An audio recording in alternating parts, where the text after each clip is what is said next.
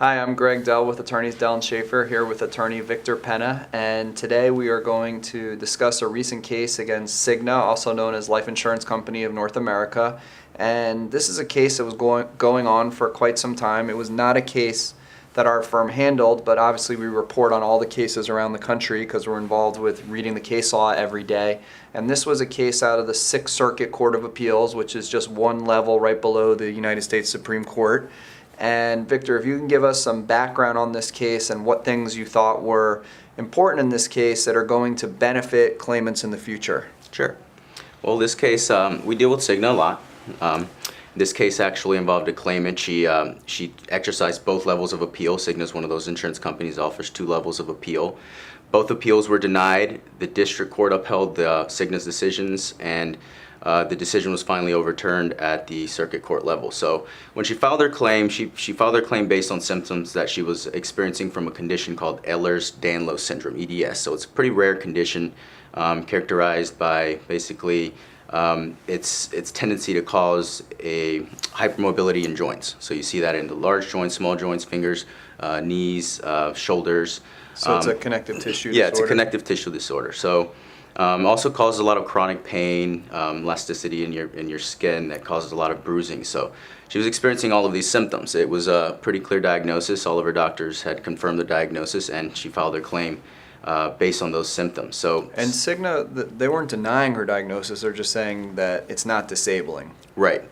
So all of the doctors, including Cigna's doctors, had actually accepted the fact that she was suffering from this rare condition, but Cigna's doctors disagreed. So Cigna actually had several doctors, one different doctor at each level of review during the initial review and both appeals. Each one of those doctors had decided that she wasn't disabled.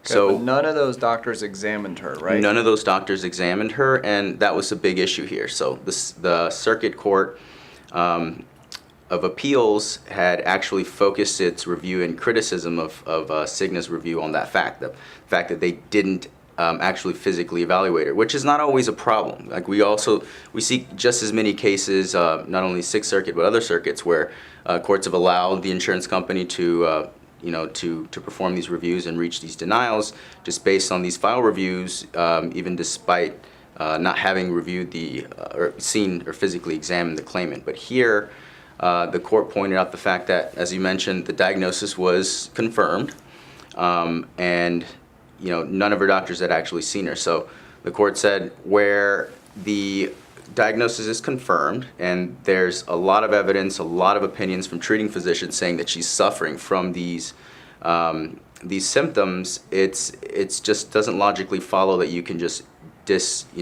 ignore the opinions of those treating physicians without actually seeing her in person. Right. I mean, the Sixth Circuit Court of Appeals has been saying the same thing for the past 15 years. Mm-hmm. It goes to show you how either stubborn, intentionally reckless, or just unintelligent some of these disability insurance companies are, because the Sixth Circuit Court of Appeals keeps saying, well, look, after they do, they submit you this information, then they do an appeal, you really should consider having someone look at them. But I think that they're intentionally not doing it, either hoping the claimant's going to go away, or they're thinking that, wow, if we really do have them get looked at and we don't just do this on paper, the doctor's really going to see them, really be able to appreciate the level of pain they're experiencing when in their presence, and we're going to get a lot of claimants who actually really are proving they're disabled. But no, let's just go with our hired gun doctors, let them do their paper reviews. We know that 9 out of 10 times they're going to say the person isn't disabled, and we'll deny them. They can appeal, and we'll win some and we'll lose some. And it's intentionally reckless, in my opinion. Yeah. And I think another thing that has to do with it is, as I mentioned earlier, a lot of the decisions aren't uniform. So it really comes down to the condition. So in this case, the court actually distinguished this case from other cases involving claims that were based on conditions that are not as clearly diagnosed, like fibromyalgia, back pain, things like that. But here, it was, there was no question that she was suffering from this condition. And then this condition did it have objective evidence criteria of having it, or was it Well, yeah, I mean, it's pretty obvious when you see that a person's joints are becoming dislocated. Like you're constantly getting dislocations in your shoulders, your knees, and any other joint. So that's one of the criteria used for diagnosing it. So what was the theory behind the multiple doctors that reviewed this? I mean, they didn't see the claimant, so they just assumed it's okay, your joints will dislocate, you'll bruise, you'll have chronic pain, but since we can just tell from your records that that's not a painful enough condition to prevent you from working? Mm-hmm.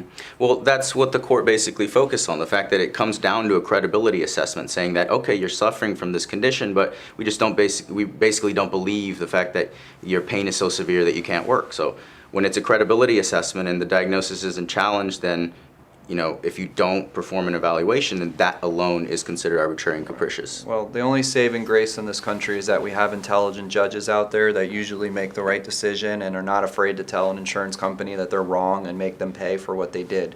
So if you have a claim with Cigna or any other disability insurance company, whether you're considering applying or you're on claim and you want help or you've been denied, you need an appeal or a lawsuit, any of our disability insurance attorneys can help you. We're available to help you anywhere in the country, and we look forward to the opportunity to work with you and discuss your claim with you.